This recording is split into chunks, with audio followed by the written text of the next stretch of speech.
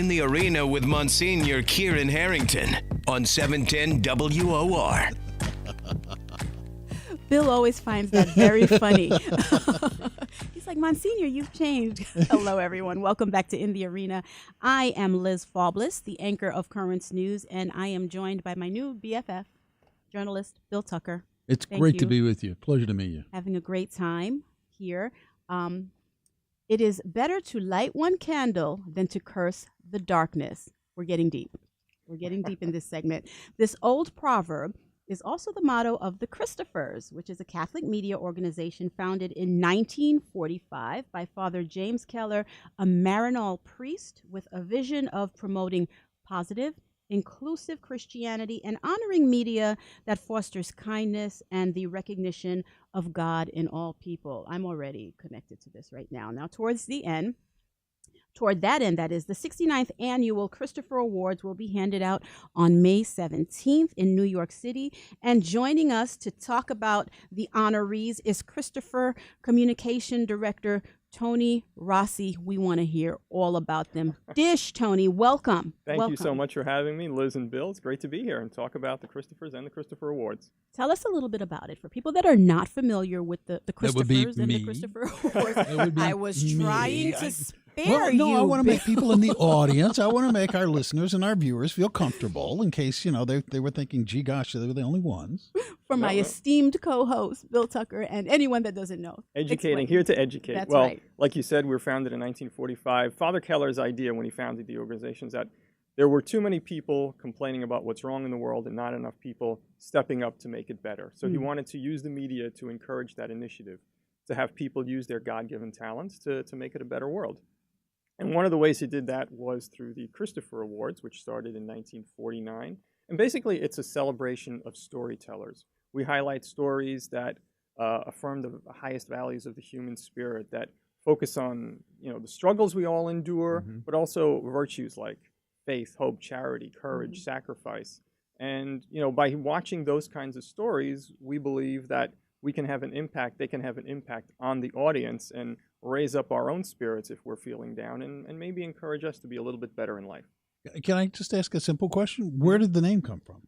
The Christophers is based on the Greek word for Christ bearers, which is Christophoros, and Father Keller's idea is that every individual can be a Christ bearer in the way they live their lives. You don't necessarily have to overtly share Christ, and even in the early days there were non-Christians involved in the movement too. So it was really just a way of promoting those kind of gospel values that human values that we all share.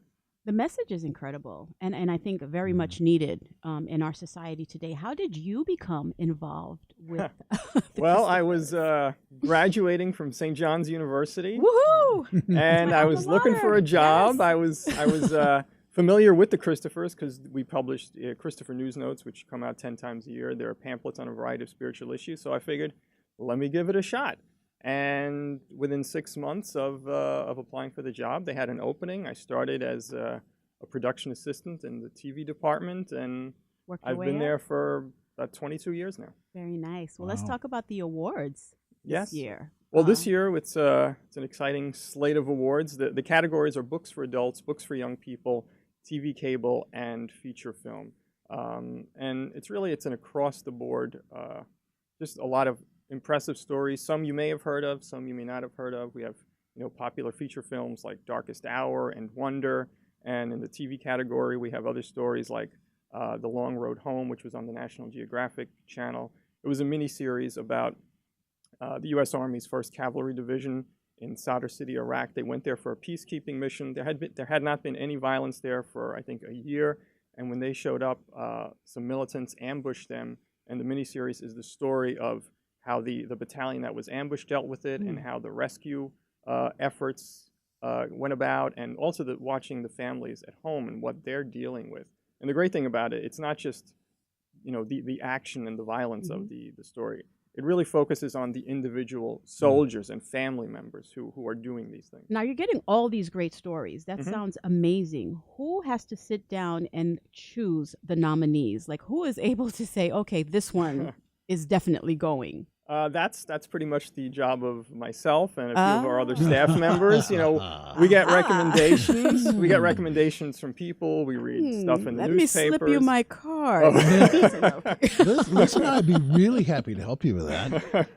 No, I agree. And you made this comment introducing Tony. You know, the mission: positive, inclusive Christianity, fostering kindness and the recognition of God in all people. Mm-hmm. I am with Liz. I am down with that. Mm-hmm. That is fantastic.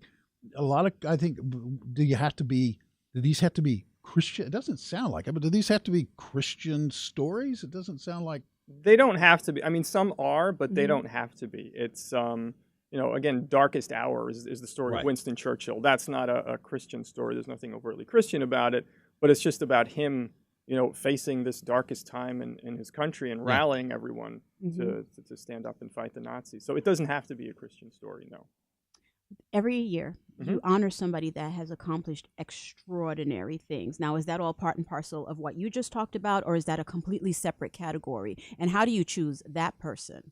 We do have special awards. In addition to the books, TV, and film, we do have special awards. They go to individuals or sometimes TV series that again fit our bill. And this year we have a Life Achievement Award, presenting one to Ken Burns, the documentary filmmaker, he's been working, I didn't realize this, for almost 40 years. He's been doing films. His first was, I think, in 1981, Brooklyn Bridge, was nominated for an Academy Award, won a Christopher Award, and he's won 7 Christopher Awards before his Life Achievement Award over the years for all these different projects. And you know, Ken Burns, when you think documentary, you think Ken Burns nowadays.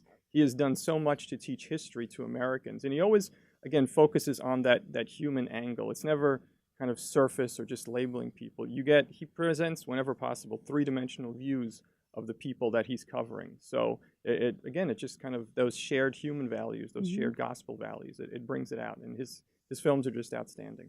Yeah, it's pretty amazing. Have the Christopher Awards ever honored plays or music in any kind of way? Maybe years ago, like a long time ago, but we've been focusing just on the main categories in the last number of years. Once in a while, we do something a little different. Like, I think about 5 years ago, there was an online project about the Paralympics that was done in conjunction with PBS and WGBH, and we honored that. So it's like the special awards categories is where we could do something like that, but we haven't done music or plays yet.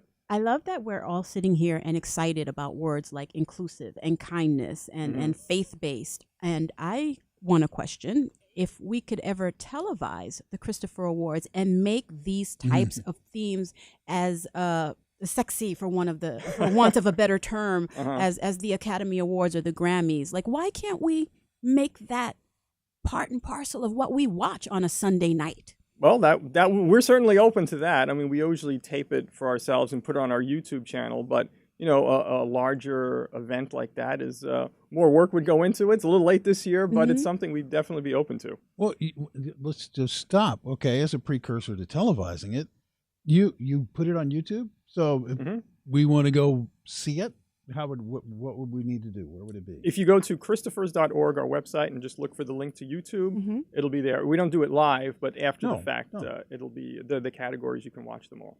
I think it's a really great thing that you're doing, and I say that with complete sincerity. What do you want people that know about the Christophers, people that don't, that are just learning, what would be your ultimate message about the Christophers?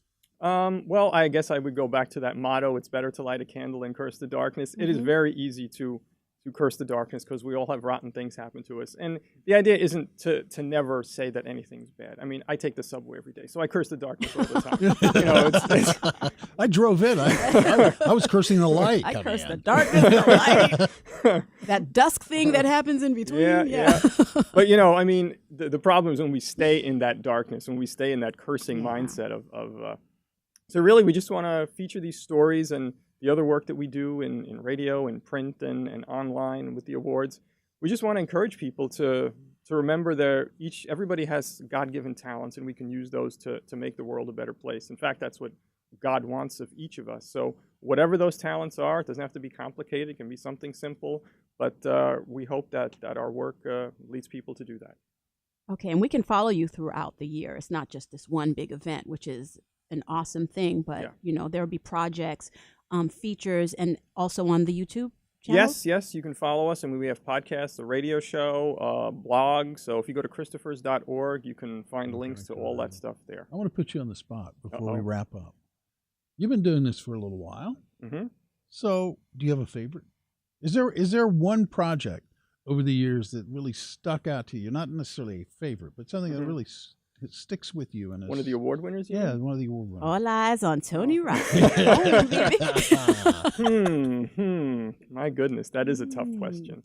Well, now it's like picking your favorite child, no, right? No, that's why I said you don't have to be your favorite. This is not your favorite child. Is there a story? Is there a project that just it sticks with you still? Well, it's not necessarily one project, but I will say that in the last few years, I've tried to, every year we try to pick an episode of a weekly series to win a Christopher Award, because that hadn't been done since almost, I think, like the 1950s or 60s. Yeah. And because I like the whole weekly series format, because, you know, this is stories people watch in their living rooms. Right. They get to know these characters. So this year we have one a Christmas episode of the TV series, The Middle, the comedy. And it dealt with spiritual issues in a really fun, funny way. And yet it was important just about connecting with God and how sometimes we lose faith but can find it again. So I'm going to pick the current one for the middle. Well done, Toni. Oh, communication director Toni Rossi, thank you so much. Have you learned a lot about? I have, as a matter of Christopher? fact. I'm going to go visit Christopher.org. And you are quite engrossed. I can see that. Thank you for joining us. I really appreciate it. Coming up next, we are going to Father Gerald Murray and Joe Concha when In the Arena returns. So you better stay with us or you're going to miss a lot of good stuff.